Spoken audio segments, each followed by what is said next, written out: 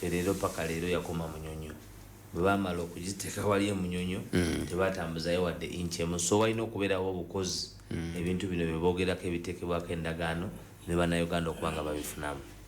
Lwaki gavumenti yaffe okuno ekulembeza nnyo ekya passport era nekitunuulizibwa nga nti kitunuulirwa nnyo nga achievement? Kuba kyekyangu biri ebirala ebyandibadde biraga nti amawanga gano gakwatagana lwaki bikyatulemye okutuukako? kubanga nti bo bagenda na kyangu. Bano si bakozi eyongo bonoonyi bonoonyi bano be batunda Shimoni terifuka hoteeri ate ne bagiguza omuntu n'alifuula semaduuka na offices bo ne bajja ne bapangisaawo. Be bafaanana kwekyo ekikolo kyalina kyoyinza obasuubira okukola. So omukago guno level kwe guli tugufunamu nga Uganda oba tetugufunamu? Tetugufunamu. Waiswa nze nkubulidde batourist abasinga bagwawa obakusesinga Uganda nga badde Kenya ate tebatawaana nakutawaana. Tetuyambako obukuwa bali akatale kujja mu East Africa kubanga tetweteeseteese bulungi. Bambi we nabadde ngwa ku kisaawe Entebbe ebyatwaniriza babitegedde ebinnya mu nguudo okutula aliko ensiri eziruma okwekutula ng'ate teziruma bulumi naye zireeta n'obulwadde bwa malaria ebintu ebibeera nga bali babifuma wano we bisanga. Okay, bagiyita Pal FM 107.9 ekkula eri omuntu bulijjo ngenda kubawaayo okumukisa mbeka ebibuuzo bye mubuuza. Tugende ku Sheikh Mbajje gwe mwagyeko obukulembeze. Oyagala kwambuka akasozi? Akasozi tukambuke. Sinamwatulira? Namwatulira ebigenda Maso kasozi obigoberera Waiswa. Ekisooka gwe omuntu eyeesiba pini nti aguze muzikiti. Kubanga zeri ebinsumbuwe bitandikirwako. Tioli ye yagamba ye Justus ani kuli akwaya? Justus. Erinnyidde lali nvudde mu mutwe gyemani. Goba wavaawa. Mu byapa n'olamuza nti nze bampeeki eky'omuzikiti. Biliyoni 19.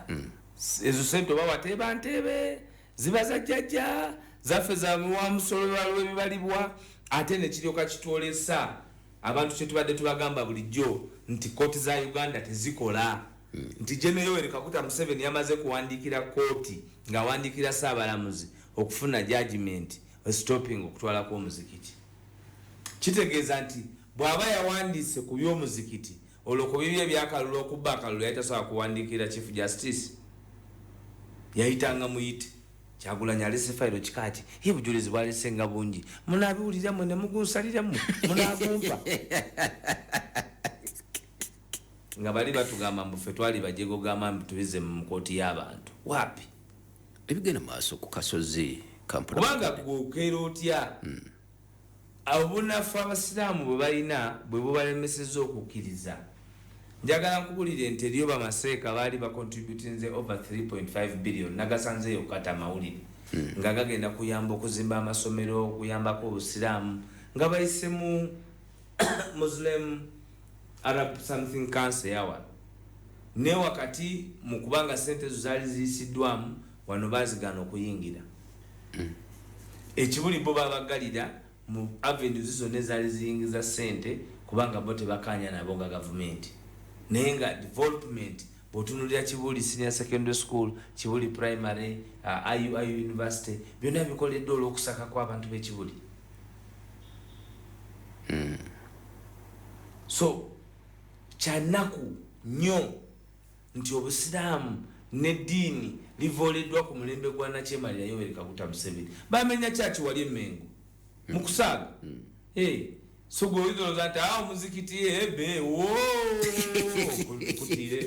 nkutire Kayongo bakumenyewo ira ate katobo omulamuzi by'Abashaki yali akkiriza nga bawadde ruling mugutwale muje mukumenewo mute w'amaduuka bumanyawo mole ejaawo bagira nti awajaawo molo bano bantu bonoonyi golaba bajjawo Shimon demonstration ndakali kugamenti olaba bamenya church olaba amenya church kati goloza mbo muzikiti muzito nkutire awaira ibona ko awaira iwako wati kulimba nti omuzikiti gwona kintu kya bbeeyi eri bano abakafiruna bano abakafiruna eri yekalu ya mukama mekyaki heudi mbomulamuzi yawale kooti oda nti nja kukompasatinga tojja kutereeza kati waliwo bibaati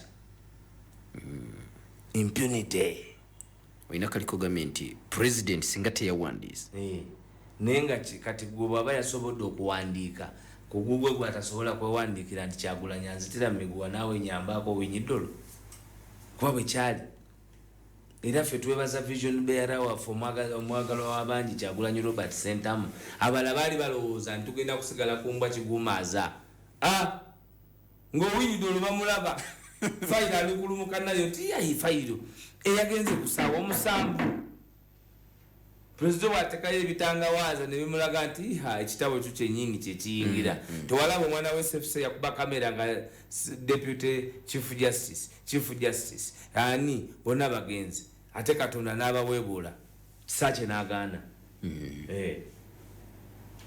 gw'olaba Kisakye yagaana paka na leero bamujojjobya bamukijjanya kuba bafutwa kutumiddeko nnyo omulamuzi Kisakye mumutulabire yebale kuyimirira n'Abannayuganda nawulira nti ennaku zino yali ayagala kuyelekulira nedda agende mu kakiiko k'ebyempisa kubanga yasala ruling etakkiriziganya na Museveni gye yali awadde abalamuzi independence of the judiciary zero, independence of the legislature zero, the doctrine of separation of powers zero, all abused by the dictatorship of General Museveni.